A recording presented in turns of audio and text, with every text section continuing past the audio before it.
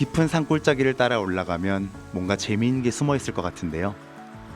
오늘은 역사와 전설을 가득 품은 곳 반자마을을 찾아가 봅니다.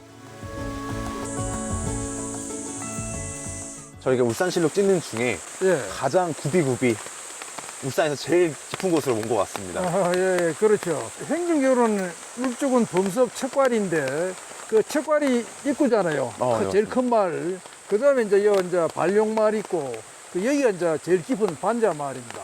아, 여기가 반자마을이군요. 예. 여기엔 또 어떤 스토리가 있을까요? 여기는 아주 좀 미스터리한 부분이 많아요. 우리가 이래 시민들이 잘 몰랐던 아주 숨은 얘기가 많아서 그런 걸 오늘 소개를 하려고 합니다. 울산에서 정말 깊은 곳에 이렇게 숨어 있는 만큼 그 숨겨진 이야기가 많은 것 같은데 예. 저희 한번 찾으러 가보시죠, 선생님. 예, 한번 가봅시다. 저쪽으로 한번 가보죠. 좋습니다.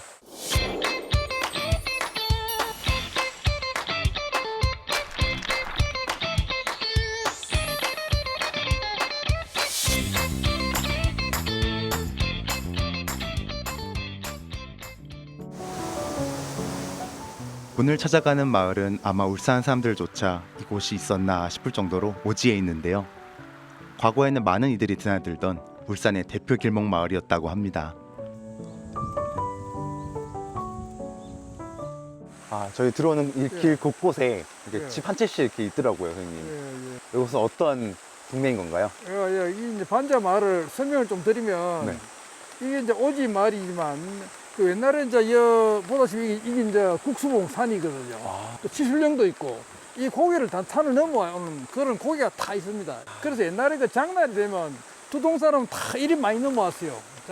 울산장에 가기 위해서. 아, 이쪽이 그 길이었군요. 예, 그렇죠. 그래서 옛날에 이 마을에 사람도 많이 살았지만 거기에 넘어 막걸리 목을 축이던 그 주막터가 많고 이리떼라든지 멧돼지라든지 표범이라든지 이런 짐승이 또 많아가지고 아주 그 짐승들이 그 아주 역사 기록이 참 많이 있는 그런 마을입니다. 그럼 저희 여기 반자마을이 어쩌다 이렇게 이 지명 이름이 붙게 된 건가요? 그 지도를 찾아봐도 안 나오더라고요.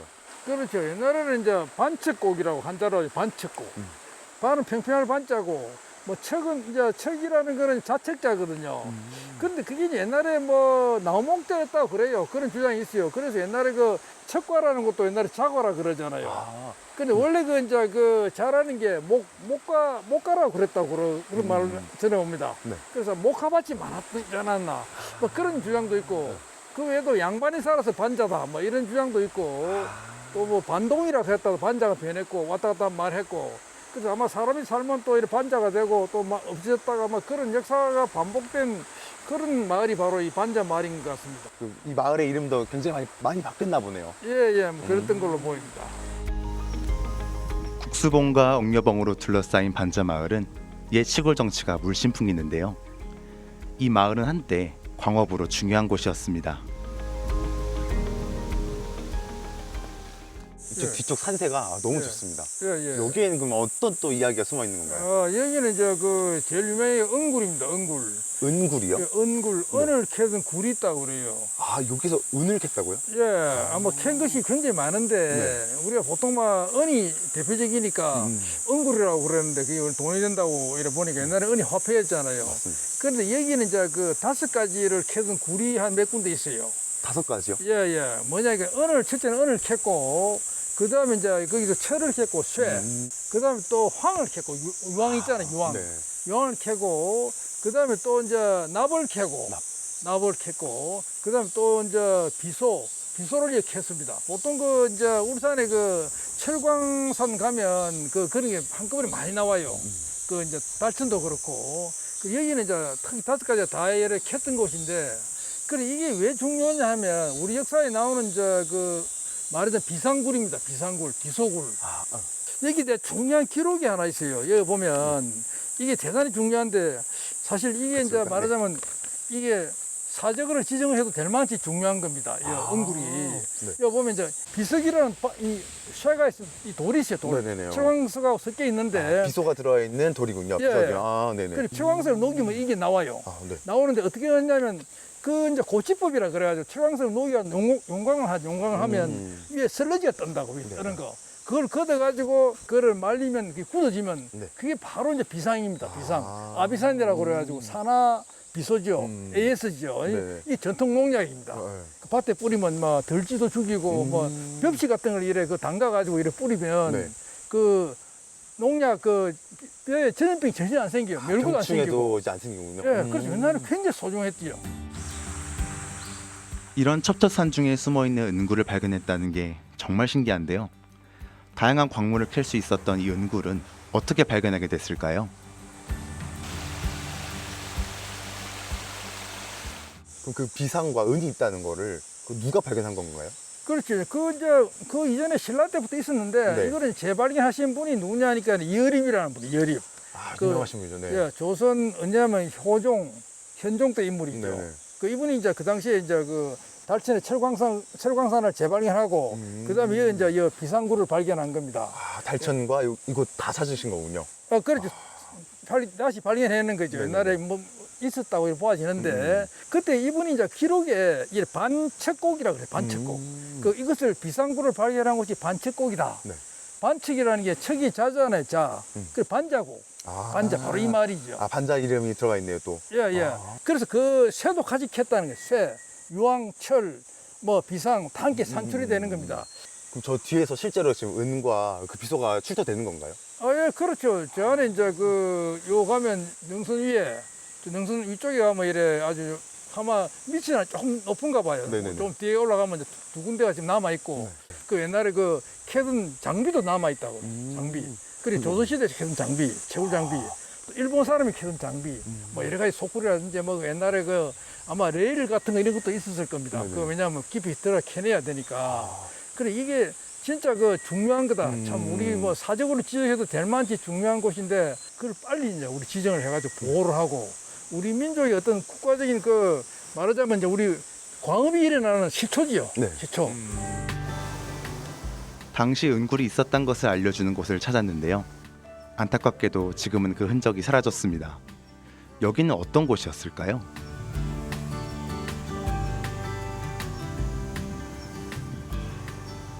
자, 명진 씨가 보기에 여기는 어떤 장소로 보입니까? 여기 논 있고 뒤에 밭 있어가지고 네. 약간 농업의 중심지였나요? 아, 아닙니다. 여기 농업도 했지만 아, 네. 그 어떤 그 제조업 그 세부리 현장이었습니다. 반자 세부리터 반자세부리. 또는 이제 발룡 세부리터라고 그래요. 발룡 세부리터. 아마 울산 그 역사에 기록이 되어 있습니다. 세부리를 하려면 나무가 필요하고 그다음 물이 필요하고 또 철광석이 필요하잖아요. 네. 여기는 물이 이제 뭐 쫙 내려오듯이 물이 좋으니까 그래서 아주 그 이제 새를 뽑아내기에 좋은 장소였다. 보통 세부리터 가면은 여기 예. 터라든지 그런 예. 게 뭐 흔적이 많이 남아있잖아요. 예. 근데 여기는 밭과 논밖에 안 남아있어가지고 전혀 이게 세부리터라는 걸 전혀 몰랐습니다. 아, 그렇죠. 그리고 최근에 딱 없어졌어요. 한 수년지간에. 네. 그 왜냐면 내가 30년 전에 왔을 때는 새가 굉장히 많았거든요. 네. 새불이 흔적이 많았어요. 토둑도 있었고 막 쫙 있었는데 최근에 이제 전주택이 다 터서면서 이래 사라졌습니다. 예전에 그러면 여기서 철 만들고 그랬으면은 인부들도 많이 필요하니까 네. 마을이 좀 컸을 것 같습니다. 이쪽에 이제 동네에 그 밥을 해야 되고 이제 잠을 자고 해야 되니까 그 마을에 집들이 꽤 많이 있었고 또 여기 저쪽 저런 집들이 저 옛날에 주막집이라 그러거든요. 네네네. 주막 넘어가면서 술도 한잔 마시고 이래 뭐 밥을 먹고 하는 곳이 네. 주막촌이 발달돼 있었다고 그래요. 쭉 골짜기 따라 동네가 쭉 이어져 있고 이제 쭉 이어져 있으니까 그 동네 사람들 이제 비록 노는 별로 없지만 그 사람 여기서 일을 해가지고 또 노임을 받고 그래 살았던 것 같아요. 그래서 의외로 이곳이 옛날에 큰 뭐 하나의 제철 단지로 공업지대다. 네, 네. 이렇게 이제 제조업 단지라고 이렇게 얘기할 수도 있습니다. 작은 시골 마을이 옛날에는 사람들로 북적였다니 믿기지가 않는데요. 그런데 사람만 많았던 곳이 아닙니다. 무서운 이야기가 전해 내려오고 있는데요.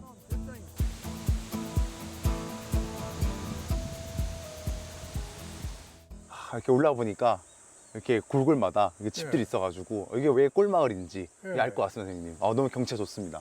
그래서 이 골짜기가 이래 좁잖아요. 그런데 네. 옛날에 사람이 참 많이 다녔거든요. 네. 왜냐면 고갯길이 많아가지고. 그래서 지금 이 댐이 돼가 있지만 이거는 이제 지금은 척과 저수지다, 뭐 발룡 저수지다 이래 얘기합니다. 공식으로는 척과 저수지지만 원래 네. 발룡 저수지라고 이래 알려져 있는데 사실은 마을은 반자 마을인데 네. 여기 이래 쭉 이래 길이 이제 그 오른쪽으로 저리 넘어가면 녹동, 경주, 외동으로 넘어가요. 저 길이 이제 선앙길, 선앙제라고 그러고 그 다음에 요 왼쪽으로 올라가면 두동, 그러니까 저 두동 두서 있잖아요. 네네. 뭐 저쪽으로 가지거든요. 아. 그러니까 뭐 영천 쪽으로 가지는 길이니까 그 짐승이 많았어요. 짐승. 네. 그런데 재밌는 게 이쪽은 이제 우리꼴, 이쪽은 이디골이요. 범꼴이라 그랬거든. 네. 우리꼴은 그 일이잖아요. 늑대. 아, 네. 늑대가 많이 자랐어요. 아, 여기 늑대가 살았군요. 예예예. 그 계곡 따라 길이 제법 큰 길이 있는데도 네네. 거기 이제 늑대 가족들이 말이에요. 아. 그 새끼 낳고 해가지고 부르부르하게 많이 살았어요. 이쪽으로 가면 범꼴, 표범이 많았어요. 표범. 아, 호랑이 아니고 표범이 있었군요. 예, 호랑이는 아. 뭐 그리 많지를 않아요. 네. 그래서 그 재밌는 게 요리 가면 이제 그러니까 이제 그 중잡이꼴이라고 중잡이꼴. 중잡이골. 예, 탑골도 있고. 음. 탑골은 옛날에 절이 있었는데 네. 그 절을 가던 중이 어느 날 표범한테 잡아 먹혔어요. 아. 중이 잡힌 길. 아. 중잡이 꼴짜기. 아, 그 표범이 중을 잡아서 중잡이골인 거군요. 그렇죠. 아. 중이 뭐 이래 뭐 이렇게 하니까 표범이 배가 고파가지고 중을 덮쳐가지고 아. 중을 잡아 먹어버렸어요. 그래서 중잡이 꼴이라고 그래 전해오거든요. 네. 워낙 골이 깊고 수목이 울창해 예부터 산짐승들이 많이 살았다고 하는데요. 불과 100여 년 전만 해도 실제 범이 살았다는 놀라운 사실을 발견할 수 있습니다.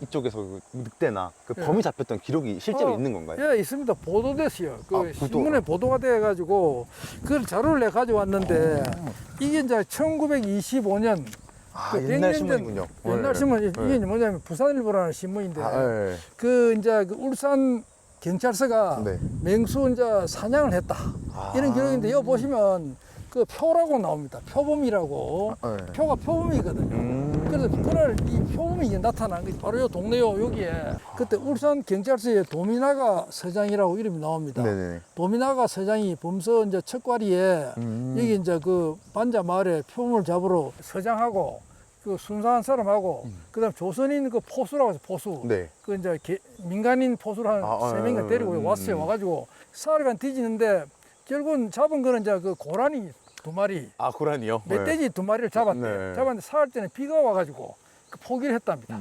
비가 와가지고 도저히 산을 못 다니니까. 그런데 그 이제 표범은 어디로 사라진 거죠. 결국 못 잡은 거군요. 예, 예. 어. 그런데 재밌는 거는 멧돼지 시체가 가끔 나와, 사체가. 누군가 그 멧돼지를 이래 말이야 공격한 흔적이 나온다. 그래서 표범이 틈없이 꼴짝에 있다. 왜냐면 이게 국수봉 미추홀 이 전체가 네. 아주 그 표범이 살기 좋은 그런 곳이다. 우리가 호랑이는 뭐 힘들지만 표범은 있을 것이다. 뭐 그런 주장을 이제 사람들이 하고 있는 겁니다. 자연과 인간이 공생하는 반자마을 뒷산 국수봉에는 아름다운 암자가 털을 잡고 있는데요. 1500년 전 신라시대의 애절한 사랑 이야기가 담겨 있는 곳이기도 합니다.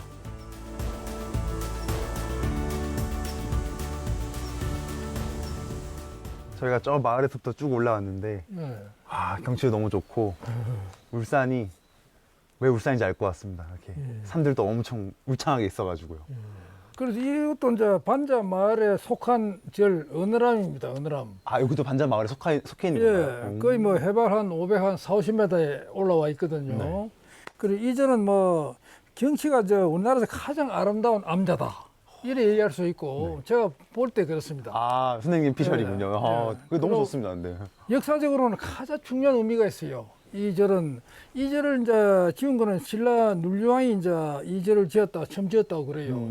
경주 쪽에 전에는 여러 자료 보면 왜냐하니까 그 박대상 부인을 모신 절입니다. 이 부인을 치술 부인 또는 뭐 네. 검교 부인 뭐 이래 얘기를 하는데 이분이 우리 이제 부인이 실성왕의 딸이죠. 공주입니다. 치술공주라고 그러는데 상륙유사 왕래편에 나와요.